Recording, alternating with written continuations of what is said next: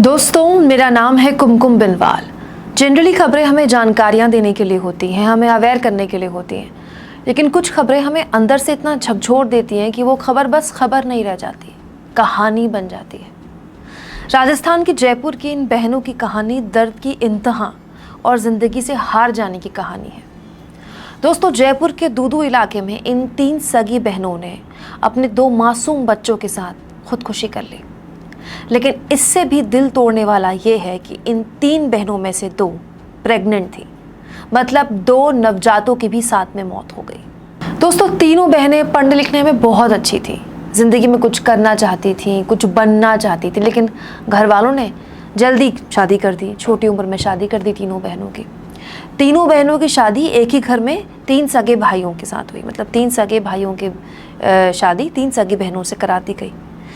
3 भाई जो इनके पति थे वो ज़मीन जायदाद बेचकर कैसे अपना गुजारा कर रहे थे बस, और ये तीनों पति अपनी पत्नियों के साथ बुरी तरह मारपीट करते थे।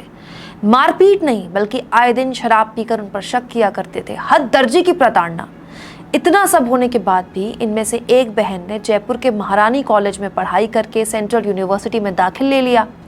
दूसरी बहन ममता का सिलेक्शन पुलिस कांस्टेबल की परीक्षा में हो गया, और तीसरी बहन भी बीए फाइनल ईयर में पहुंच गई। लेकिन अपनी पत्नियों का खुद के पैरों पर खड़े होकर कुछ करना, कुछ हासिल करना इन 5वीं 6ठी क्लास तक पढ़े पतियों को हजम नहीं हुआ, और शराब पीकर तीनों पतियों ने इनके साथ मारपीट और बढ़ा दी, गाली गलौज, शक करना। दोस्तों, 2 साल पहले ससुराल पक्ष के लोगों पर इन तीनों बहनों ने दहेज प्रताड़ना, मारपीट का केस भी दर्ज करवाया। ये अपने मायके वालों के पास रही, लेकिन बाद में जो होता है हमारे परिवारों में, बेटा थोड़ा एडजस्ट कर ले, परिवारों ने कॉम्प्रोमाइज़ करवा दिया और तीनों बहनों को फिर ससुराल भेज दिया।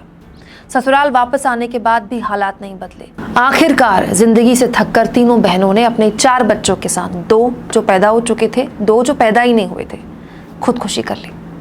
पुलिस ने बताया कि तीनों महिलाओं में से एक ने व्हाट्सएप स्टेटस में पोस्ट किया था कि वो अपने ससुराल वालों से परेशान हो चुकी हैं, इसलिए मरना बेहतर समझती हैं। दोस्तों, कहने वाले कह सकते हैं छोड़ देती है ऐसे पतियों को, ससुराल वालों के खिलाफ एक्शन लेती, क्यों गई वापस, अपने पैरों पर तो खड़ी थी, फलाना फलाना। इन बहनों ने ये सब किया भाई, इसके बाद भी इनके लिए कुछ नहीं बदला। इंसान मतलब कहीं तो आगे टूटता है ना, कहीं तो हालात से हारा हुआ महसूस करता है।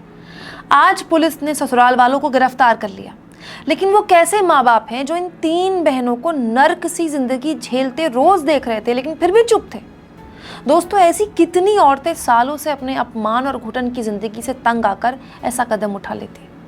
मेरी उन सब औरतों और उनके मायके वालों से गुजारिश है, अपनी बेटियों को खराब शादियों में रहने के लिए फोर्स मत कीजिए, क्योंकि बेटियों की लाशों से बेहतर है उनका तलाक हो जाना। हम सब एक अच्छी जिंदगी डिजर्व करते हैं, और अगर हमें नहीं मिल रही है वो जिंदगी जो हम डिजर्व करते हैं, तो हम दूसरा चांस डिजर्व करते हैं। लेकिन आत्महत्या सोल्यूशन नहीं है। आत्मबल रखिए और खुद को एक और मौका दीजिए, चाहे इसके लिए आपको दुनिया से लड़ना पड़े।